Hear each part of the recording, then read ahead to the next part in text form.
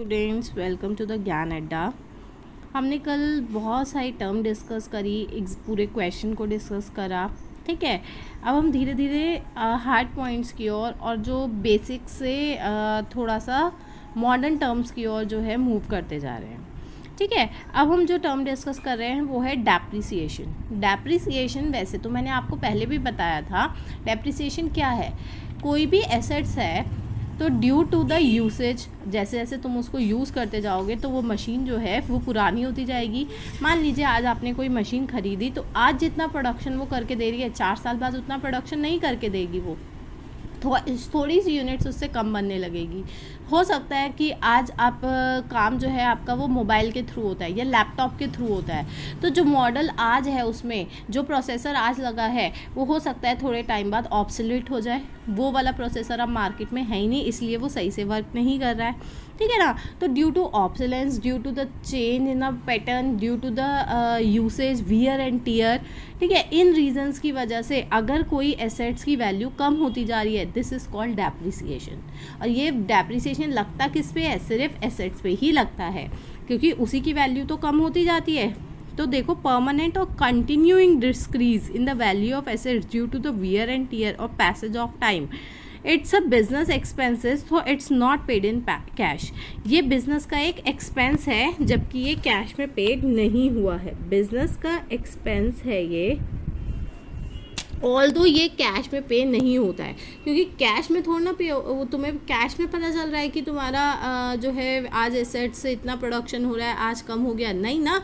तुम्हारी जो है जो लैपटॉप का प्रोसेसर है वो अब धीरे काम करने लग गया है क्योंकि वो अब पुराना हो गया है, नहीं ना। वो कैश में कोई एक्सपेंस पे नहीं हो रहा है, लेकिन due to the usage, due to the passage of time आपको पता चल रहा है कि हाँ कुछ तो डिक्रीज़ हो रहा है। तो आप एक परसेंटेज के थ्रू, हर चीज़ के लिए रूल्स बने हुए हैं ना। तो डेप्रिसिएशन जो एक हमारा हम आगे चैप्टर पढ़ेंगे, तो डेप्रिसिएशन चैप्टर में डेप्रिसिएशन के मेथड्स बताए गए हैं। हम उन मेथड्स के थ्रू जो है उसमें परसेंटेज बताई गई होंगी, उसके थ्रू हम क्या करेंगे, अपनी एसेट्स की वैल्यू को क्या करते जाएंगे, डिक्रीज़ करते जाएंगे हर साल। जैसे बहुत सारे मेथड्स हैं उसमें, तो जो भी मेथड हमें बताया गया होगा, according to that method we will decrease the value of our assets. और जो जितनी वैल्यू हम डिक्रीज़ करेंगे, ये नहीं सारी वैल्यू एक ही साल में डिक्रीज़ कर देंगे। हो सकता है कोई एसेट्स ऐसी भी हो जिसकी वैल्यू एक साल बाद ही पूरी की पूरी ख़त्म हो करनी पड़ती हो। तो कह रहे हैं ना परमानेंट और कंटिन्यू डिक्रीज़। हो सकता है किसी एसेट्स में हमें हर साल हम मानते हैं कि 5% तो हमारी एसेट्स कम होगी इतना तो इसमें घिसावट आएगी। तो हम क्या करेंगे, जैसे 1 लाख की हमने मशीनरी खरीदी तो एट द रेट ऑफ 5% हम उसमें से डिक्रीज़ कर देंगे। तो जो 5% है 1 लाख के ऊपर, यानी कितना हो गया, 5000 रुपीज़, वो हमारी हो गई डेप्रिसिएशन की वैल्यू। तो डेप्रिसिएशन हमने क्या मान के चल रहा है, एज एन एक्सपेंस। डेप्रिसिएशन की डेफिनेशन में भी लिखा कि एक बिजनेस एक्सपेंस है, although it is not paid in cash. ठीक है, तो डेप्रिसिएशन डेबिट टू एसेट्स, क्योंकि एसेट्स की वैल्यू को ये कम कर रहा है। एसेट्स का नेचर डेबिट होने का है, और अगर किसी डेबिट नेचर की एसेट्स को, डेबिट नेचर की चीज़ को दूसरा कोई जो टर्म है वो डिक्रीज़ करिए तो हमें उसको क्रेडिट करना पड़ेगा। एसेट डेबिट होती है ना, अगर डेबिट को डेबिट करेंगे तो इसका मतलब वो वैल्यू इंक्रीज़ हो रही है, लेकिन अगर डेबिट वाले को क्रेडिट कर देंगे इसका मतलब उसकी वैल्यू कम हुई है ना। ये हमने पहले भी इंक्रीज, डिक्रीज, डेबिट, क्रेडिट समझा ना। तो डेबिट होती है एसेट्स, अगर उसको हम क्रेडिट कर रहे हैं इसका मतलब उसके अंदर कुछ कम हुआ है। तो depreciation account debit to assets. अब ठीक है, तो अब हम एक क्वेश्चन के थ्रू ये सारी टर्म्स को समझते हैं। देखिए यहाँ पर क्या लिखा है, receive 20,000 rupees from Subhash which were return of as a bad debts in the previous year. वो कह रहा है सुभाष से हमें 20,000 रुपये मिल गए जो हमने पिछले साल क्या कर दिया था, हमने राइट ऑफ कर दिए थे उसे बैड डेब्ट्स मान के। ठीक है, वो कह रहा है हमने तो बैड डेट्स मान लिए थे, यानी हमने क्या कर दिया था, bad debts account debit to उस डेटर का नाम लिख के उसके अकाउंट को ख़त्म कर दिया था हमने तो, लेकिन अब हमें उससे पैसे मिल गए हैं। ठीक है, तो अब हम क्या करेंगे, हमने तो बैड डेट्स अकाउंट में उसे डाल दिया था, हमने उस डेटर का अकाउंट तो फिनिश ही कर दिया था। उसे तो हमने, जब हमने इंसॉल्वेंसी की एंट्री पड़ी थी, हमने क्या माना था, अगर उसका 10,000 बैलेंस था, उसने 3,000 दिए, बाकी 7,000 रुपये जो थे हमने बैड डेट्स में डाल के उसके अकाउंट को क्लोज कर दिया। और अगर मान लीजिए वो इंसॉल्वेंट भी नहीं हुआ है, सिर्फ हम 10,000 देने थे, उसमें से आपको लगता है कि 7,000 उसने जो है 3,000 या 4,000 जो है बैड डेट्स हो जाएंगे, बाकी मिल जाएंगे, तो भी जितने तुमने बैड डेट्स अकाउंट में डाले थे, जितने भी तुमने बैड डेट्स अकाउंट में डाले थे, वो कह रहा है उसमें से तुम्हें 20,000 जो है रिसीव हो गए हैं। ठीक है, सुभाष को, जिसको तुमने कि बैड डेट्स मान लिया था, उससे तुम्हें पैसा मिल गया है, तो अब तुम बैड डेट्स रिकवर्ड अकाउंट नाम से उसे क्रेडिट कर दो। अब तो तुम्हारी इनकम हो गई ना, वो पहले एक एक्सपेंस मान के तुमने उसे डेबिट कर दिया था और अपने डेटर्स को ख़त्म कर दिया था, तुमने अपने पास सुभाष का अकाउंट ही ख़त्म कर दिया, उसे ऐसे क्रॉस लगा दिया, भैया अब सुभाष नाम का कोई नहीं, क्योंकि मुझे इससे पैसा नहीं मिलने वाला। ठीक है, लेकिन अब अचानक मुझे उससे 20,000 रुपये मिल गए, तो तुम सुभाष के अकाउंट में को थोड़ी ना ऐसे थोड़ी ना करोगे cash account debit to Subhash, क्योंकि सुभाष का तो कोई अकाउंट ही नहीं है, तुमने तो वो बैड डेट्स अकाउंट में डाल दिए थे। तो अब तुम एंट्री बनाओगे cash account debit. Next point जो हम देख रहे हैं, salaries due to the clerk 50,000 rupees. इसका मतलब है क्लर्क को इतनी सैलरी देनी बाकी है, due to the clerk, clerk की इतनी सैलरी जो है अभी तक हमने नहीं दी है। ठीक है, अभी तक नहीं दी है, उसकी बनती है, तो इसका मतलब ये क्या है, आउटस्टैंडिंग एक्सपेंस है। तो क्या एंट्री बनेगी, सैलरी हेड की है, सैलरी अकाउंट डेबिट होगा क्योंकि एक्सपेंस है ये, और हमारे ऊपर क्या है इसको देने की, लायबिलिटी है। ठीक है ना, और सेकंड ये कौन से हेड में जाएगा, ना तो हमने इसे बैंक से पे किया है, ना चेक से पे किया है, ना किसी पर्टिकुलर मतलब किसी पर्टिकुलर की तो है, लेकिन क्लर्क 50,000 एक ही क्लर्क की सैलरी नहीं है ये। ठीक है ना, तो हम क्या कर रहे हैं, एक आउटस्टैंडिंग सैलरी हेड में से डाल देंगे और नीचे हम लिख सकते हैं mister A, mister B, mister C, इनकी सैलरी है ये। ठीक है, हो सकता है मिस्टर ए की भी हो, तो हम mister A outstanding salary account भी मेंशन कर सकते हैं, लेकिन यहाँ पर उसने क्लर्क वर्ड लिखा है, इसलिए हम सिर्फ आउटस्टैंडिंग सैलरी हेड में डालेंगे। ठीक है, उसके बाद नेक्स्ट हम मूव कर रहे हैं, out of the rent paid this year 10,000 is related to next year. वो कह रहा है कि 10,000 रुपीज़ का हमने रेंट पे किया है टोटल, जिसमें से टोटल जो हमने रेंट पे किया है 10,000 उसमें से नेक्स्ट ईयर का है। अगर कोई अमाउंट हमने एडवांस पे कर दी है and that belong to next year, इसका मतलब वो क्या है, प्रीपेड एक्सपेंस है हमारा, है ना। अगर कोई अमाउंट एडवांस में पे कर दिया है and that belongs to next year, that means it's a prepaid expense. तो प्रीपेड एक्सपेंस की क्या एंट्री बनती है, प्रीपेड एक्सपेंसेस अकाउंट डेबिट। यहाँ प्रीपेड एक्सपेंस है कौन सा, प्रीपेड रेंट है, तो prepaid rent account debit to rent account. ठीक है, रेंट अकाउंट को हम क्रेडिट कर देंगे, और प्रीपेड, क्योंकि रेंट अकाउंट को क्रेडिट क्यों कर रहे हैं, क्योंकि प्रीपेड रेंट तो डेबिट होगा क्योंकि इट्स एन एक्सपेंस, लेकिन रेंट अकाउंट में से उतना बैलेंस कम करना है हमें जितना हमने इस साल एक्स्ट्रा डाल रखा है। हमने तो रेंट अकाउंट में पूरा पैसा डाल दिया होगा ना, है ना। और यहाँ सैलरी अकाउंट में भी हम इसीलिए जो है वो आउटस्टैंडिंग सैलरी को क्रेडिट कर रहे हैं, क्योंकि इस बार हमने सैलरी कम डाली होगी। ठीक है ना, इस बार हमने जो सैलरी है वो हमें और दिखानी है, इसलिए ऐड करनी है, इसलिए हम टू आउटस्टैंडिंग सैलरी अकाउंट को दिखा रहे हैं। ठीक है, और यहाँ पर हम रेंट को इसलिए क्रेडिट कर रहे हैं क्योंकि जो एक्स्ट्रा दिखाया है उसे हमें माइनस करना है, और वहाँ जो हमने सैलरी कम दिखाई है उसे ऐड करनी है, इसलिए आउटस्टैंडिंग सैलरी को क्रेडिट किया गया है। बात समझ आ रही है। उसके बाद आउटस्टैंडिंग सैलरी को इसीलिए हम क्या कर रहे हैं, क्रेडिट, और प्रीपेड रेंट में से रेंट को इसीलिए कर रहे हैं क्रेडिट। समझ आया, प्रीपेड रेंट डेबिट इसलिए हो रहा है क्योंकि वो माइनस होगा, और आउटस्टैंडिंग सैलरी इसीलिए क्रेडिट हो रही है क्योंकि वो ऐड होगी, क्योंकि वो इस साल की है लेकिन हमने उसे पे नहीं किया है। अब डेप्रिसिएशन की बात आ गई, 10% डेप्रिसिएशन अलाउ कर रहे हैं फर्नीचर पे, जिसकी कॉस्ट 50,000 रुपीज़ है। 50,000 के फर्नीचर पे 10% डेप्रिसिएशन लग रहा है, इसका मतलब डेप्रिसिएशन इज एन एक्सपेंस, तो डेप्रिसिएशन अकाउंट डेबिट। और किस पे लग रहा है, कौन सी एसेट्स कम होगी, फर्नीचर कम होगा, तो depreciation account debit to furniture. और कितने रुपए, 50,000 पे 10%। ठीक है, दैट मीन्स 5,000 रुपीज़। उसके बाद नेक्स्ट एंट्री आ रही है, 12% interest on capital amounting to rupees 10 lakh rupees के ऊपर जो है 12% इंटरेस्ट ऑन कैपिटल लग रही है। इंटरेस्ट ऑन कैपिटल मैंने आपको पहले भी बताया था, बिजनेस के लिए क्या होता है, एक्सपेंस होता है। क्यों एक्सपेंस होता है, प्रोप्राइटर के लिए तो इनकम है, उसने जो फंड लगाया उसको एज एन प्रॉफिट वो रिसीव हो रहा है, लेकिन बिजनेस को तो वो देना पड़ रहा है ना बिजनेस के पास से। और हम अकाउंट्स किसके पॉइंट ऑफ व्यू से बनाते हैं, बिजनेस के पॉइंट ऑफ व्यू से। तो interest on capital is an expense, it will be debited as an interest on capital to capital account. Capital account में चला जाएगा, इंटरेस्ट ऑन कैपिटल नाम से वहाँ पर ये माइनस हो जाएगा। ठीक है, उसके बाद प्रोप्राइटर के अकाउंट में ऐड हो जाएगा, लेकिन बिजनेस अकाउंट से वो डेबिट हो जाएगा। टू कैपिटल इसलिए कर रहे हैं क्योंकि प्रोप्राइटर की कैपिटल वहाँ पर लिखी होगी, ठीक है, वहाँ पर इंटरेस्ट ऑन कैपिटल दिखा देंगे हम। लेकिन जब हम बिजनेस के पॉइंट ऑफ व्यू से जब हम अपने एक्सपेंसेस का वो कैलकुलेशन करेंगे तो वहाँ पर हम इसे अपना एक्सपेंस दिखाएंगे, ठीक है। Charge interest on drawing, interest on drawing business के पॉइंट ऑफ व्यू से क्या है, एक इनकम है, क्योंकि जितना पैसा तुम निकालते जाओगे उतना तुम्हारे ऊपर इंटरेस्ट लगता जाएगा, ठीक है।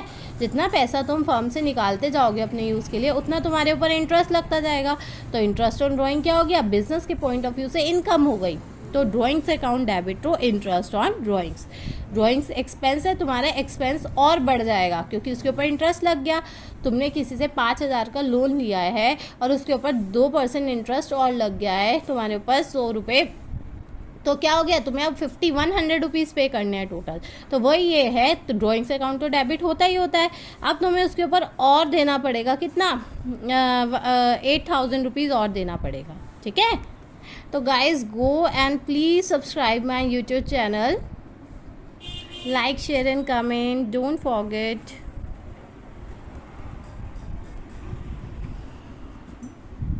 Okay, now we are going to discuss something new, interesting points.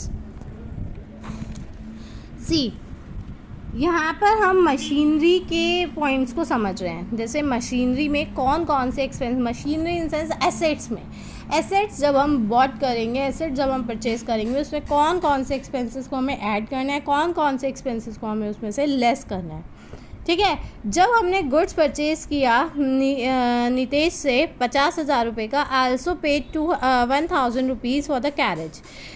जब हमने गुड्स परचेज किया 50,000 का, तो हमने एंट्री क्या बनाई होगी, purchase account debit to Nilesh, नहीं फॉर कैश है तो purchase account debit to cash 50,000 rupees से, और जो ये 1,000 रुपीज़ हमने दिए कैरेज के, वो कैरेज हेड में चले जाएंगे, ठीक है। अलग से हम शो करेंगे कि 50,000 का तो हमने स्टॉक खरीदा है, 1,000 रुपये का हमने उसके ऊपर भाड़ा दिया है। कैरेज मतलब भाड़ा, इधर से उधर लाने का। तुम कहीं पर सामान मंगवाते हो तो तुम भाड़ा भी तो देते हो, उसको किसी ठेले पे रखवा कर ही तो मंगाते होगे, या किसी गाड़ी पे रख के मंगाते हो ना, तो वही जो तुमने कैरेज पे किया है वो है ये। At the time of purchase of goods, we will show it as a different head that goods are amounting to rupees that and the carriage amounting to rupees that, ठीक है। अब तुम देखो, paid to Sita rupees 9650 in full settlement offer due 10,000।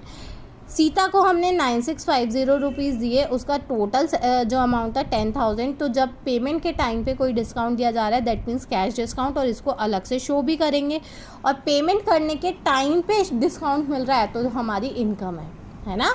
हमारे लिए क्या है, business ने अगर किसी को पेमेंट किया और उसे कोई फ़ायदा मिल गया, कम पेमेंट करना पड़ा, तो डेट इज़ इट्स इनकम।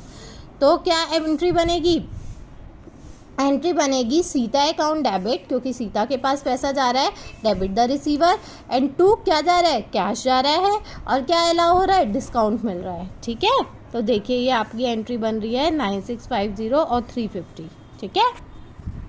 अब देखिए आप नेक्स्ट एंट्री जो है आपकी वो है purchase the machinery for 3 lakh and paid ₹25,000 in cash और एज वेजेस ऑन इंस्टॉलेशन। हमने 3 लाख की मशीनरी खरीदी और उसमें 25,000 इंस्टॉलेशन के चार्जेस दिए। कोई भी मशीन आती है तो हर चीज़ को अपने आप फिक्स नहीं कर सकते। बिजनेस में तो इतनी बड़ी बड़ी मशीनें लगती है ना, अगर तुम एसी भी मंगाते हो तो उसको भी इंस्टॉल करवाते हो, ठीक है। उसके फ़ैन की इंस्टॉलेशन होती है, उसको वॉल पे फिक्स किया जाता है, या फिर सेंट्रल एसी लग रहा है तो उसकी इंस्टॉलेशन होती है प्रॉपर, तो तुम चार्जेस तो पे करते हो। तो तुम जो अपनी प्रॉपर मशीनरी की अमाउंट कैलकुलेट करोगे ना, वो इंस्टॉलेशन तक के उसमें सारे चार्जेस कैलकुलेट होंगे। 3 लाख तो आएगा ही आएगा।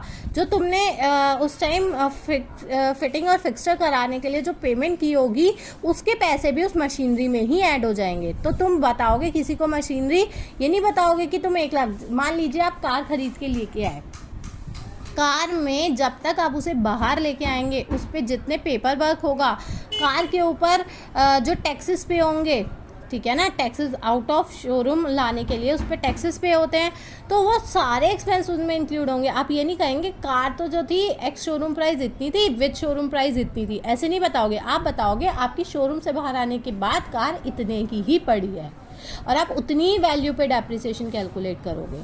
तो जब तुम एसेट्स परचेज करते हो ना, तो एसेट्स में उसको गोडाउन, अगर आपका गोडाउन है तो गोडाउन तक लाने के लिए, उसके मतलब प्रॉपर प्लेस ऑफ यूज़ तक लाने के, और उसको इंस्टॉलेशन के सारे चार्जेस इंक्लूड होके उसकी वैल्यू बनती है। जैसे जब तुमने गुड्स परचेज किया तो तुमने गुड्स में क्या डाला, सिर्फ गुड्स की अमाउंट लिखी और कैरेज एक्सपेंसेस अलग दिखाए। अब आप यहाँ देख रहे हैं कि आप इसमें इंस्टॉलेशन के चार्जेस अलग से मेंशन नहीं करेंगे, आप यहाँ एंट्री बनाएंगे machinery account debit to cash सीधा सीधा, और उसकी अमाउंट में वो 25,000 रुपीज़ जो आपने इंस्टॉलेशन के पे किए हैं वो ऐड कर देंगे। ठीक है, अब आप देख लीजिए यहाँ पर ही एंट्री बनी हुई है। नेक्स्ट एंट्री है, ब्रिक्स आपने खरीदी हैं 15 लाख की, एंड टिम्बर जो है आपने खरीदा है 10 लाख का, purchase for construction of building, the payment was made by cheque. जब आपने ब्रिक्स खरीदी और टिम्बर खरीदा किसके लिए, बिल्डिंग के लिए, तो आप तो अपना, आपकी कौन सी एसेट्स बनी इससे, आपके लिए तो एक एसेट्स बन गई ना यहाँ पर। कौन सी एसेट, बिल्डिंग एसेट्स है आपकी, तो building account debit to bank account आप डालेंगे। बैंक क्योंकि चेक से पेमेंट किया है, आप अलग अलग मेंशन करेंगे कि आपने इसका इतना सामान लिया है, इसका इतना सामान लिया है, लेकिन वो आप कहाँ पर मेंशन करेंगे, वो आप मेंशन करेंगे थ्रू या तो अपने नरेशन के थ्रू मेंशन करेंगे, या फिर आप मेंशन करेंगे फुट नोट के थ्रू। ठीक है, तो यहाँ देखो आप नरेशन में bricks for 15 lakh, timber for 10 lakh, purchase for construction of building, और टोटल वो एक्सपेंस हमारा गया है बिल्डिंग हेड में, building account debit to bank account. ठीक है, तो जब भी आप कोई एसेट्स खरीदेंगे उसके ऊपर जो इंस्टॉलेशन के चार्जेस होंगे, उसके ऊपर जो उसको फिक्स कराने के चार्जेस होंगे, उसे गोडाउन तक लाने के चार्जेस होंगे, वो एसेट्स की वैल्यू में ही इंक्लूड हो जाएंगे। आप उसे अलग से नहीं शो करेंगे, जो कि आप शो करते हैं at the time of purchase of goods. ठीक है, अब देखिए आप नेक्स्ट एंट्री यहाँ पर, purchase and old machinery for ₹10 lakh and spent ₹5,000 on its carriage and ₹20,000 on its immediate repair। वो कह रहे हैं आपने एक ओल्ड मशीनरी खरीदी, उसके ऊपर आपने 5,000 तो उसके ऊपर कैरेज दिया, कैरेज आने उसे लाने के पैसे दिए, और 20,000 उसकी रिपेयर कराई, क्योंकि वो ओल्ड मशीन थी, रिपेयरिंग की उसे ज़रूरत थी। तो यहाँ देखिए आपने एंट्री बनाई machinery account debit to cash. जबकि जब गुड परचेज किया था आपने, तो आपने एंट्री बनाई थी purchase account debit, carriage account debit to cash, लेकिन यहाँ पर क्या सीधा सीधा बनाई मशीनरी डेबिट टू कैश, क्योंकि सारे एक्सपेंसेस मशीनरी हेड में, मशीनरी अकाउंट में ऐड हो जाएंगे। आप अपनी जो कॉस्ट बताएंगे किसी को मशीनरी की, आप बताएंगे इतने की पड़ी मुझे मशीनरी, यही तो बोलेंगे कि मैंने ये लगाया, ये लगाया, ये लगाया, अब मेरी जो मशीन है वो मुझे इतने की पड़ी। लेकिन अगर आपको आप मान लीजिए आप कॉपी खरीद के लाते हैं, कॉपीज़ का बंडल खरीद के लाते हैं, तो आप ये नहीं कहते मेरा बीच में 50 रुपये का पेट्रोल खर्च हुआ, ये नहीं बताते हैं। लेकिन हाँ, अगर आप टायर मंगा रहे हैं कहीं से, कार मंगा रहे हैं, तो आप ये कहते हैं कि मैंने 50 तो टायर मंगाए, उसके बाद पर टायर मैंने 100 रुपीज़ चार्जेस दिए, तो मुझे ये टायर टोटल इतने के पड़े हैं, ये बोलेंगे आप। तो अगर आप कोई एसेट्स खरीद रहे हैं, अगर टायर आपके लिए एसेट्स नहीं है, मान लीजिए टायर आपके लिए एसेट्स नहीं है, मैं एसेट्स, जब वो आपके लिए एसेट्स है मैं तब की बात कर रही हूँ, गुड्स हैं तो आप नहीं बताएंगे उसके लिए भी। जब आप कंप्यूटर्स कहीं से परचेज करके लाए हैं तो आप नहीं बताएंगे, कंप्यूटर परचेज करके लाए हैं तो आप कंप्यूटर की कॉस्ट में उसे ऐड कर लेंगे। ठीक है, बाइक आती है, बाइक शोरूम के ऊपर आई, तो शोरूम तक के जितने उसके ऊपर पैसे खर्च होंगे वो आप बाइक की कॉस्ट में ऐड करेंगे। तो देखिए machinery purchase for 1 lakh, spend 5,000 on it's carriage and 20,000 on it's repair. ठीक है, अब देखिए नेक्स्ट एंट्री है हमारी, यहाँ पे नेक्स्ट एंट्री है हमारी, पे 2,500 for repair the office furniture. 2,500 आपने ऑफिस फर्नीचर रिपेयर करने के लिए दिए हैं, तो repair account debit to cash account. जब तुम्हें ऑफिस का फर्नीचर, ये अगर तुम्हारा परचेज के टाइम पे, एसेट्स की परचेज के टाइम पे उसके ऊपर कोई खर्चा हो रहा है तो वो उसकी कॉस्ट में ऐड होगा, लेकिन उसके बाद उसके अंदर कुछ टीयर एंड वियर हो रहा है, उसके अंदर कुछ रिपेयरिंग हो रही है, कुछ रेनोवेशन हो रहा है, अनटिल और अनलेस वो इतनी अमाउंट का नहीं है कि आपको लगता है ये तो एक पूरी नई एसेट्स के बराबर का खर्चा है, तो आप उसे एज एन एक्सपेंस ही शो करेंगे। मान लीजिए आपकी ये रिपेयर जो होती वो 10 लाख की होती, आप कोई फर्नीचर ख़रीद के लेके आए, वो फर्नीचर बिल्कुल सिर्फ उसकी लकड़ियाँ ही लकड़ियाँ आपके काम आई और आपको पूरा उसमें सब कुछ नया कराना पड़ा, ठीक है, तो आप उसे एज अ फर्नीचर फिर शो करते हैं, furniture account debit to addition in furniture. लेकिन ये आपकी नॉर्मल सी रिपेयरिंग हुई, उसमें आपने थोड़े बहुत उसमें जो है क्या कहते हैं उसका ठीक नहीं था, यहाँ से हैंडल ठीक नहीं था, चेयर के ऊपर कुछ कवर चढ़वा दिया, सिर्फ इतना ही काम किया, तो वो नॉर्मल रिपेयरिंग है जो कि हर एक एसेट्स की रिक्वायरमेंट होती है थोड़े थोड़े टाइम में, तो वो एज एन एक्सपेंस ही शो होगी और वो रिपेयर हेड में जाएगी, ठीक है। तो यहाँ पर डिफरेंस समझ आ गया आपको। ओके स्टूडेंट्स, बाय बाय, मिलते हैं नेक्स्ट लेक्चर में, तब तक के लिए bye, and please go watch my videos, like my videos, share and comments, please give your love, give your support by subscribing my channel. Thank you.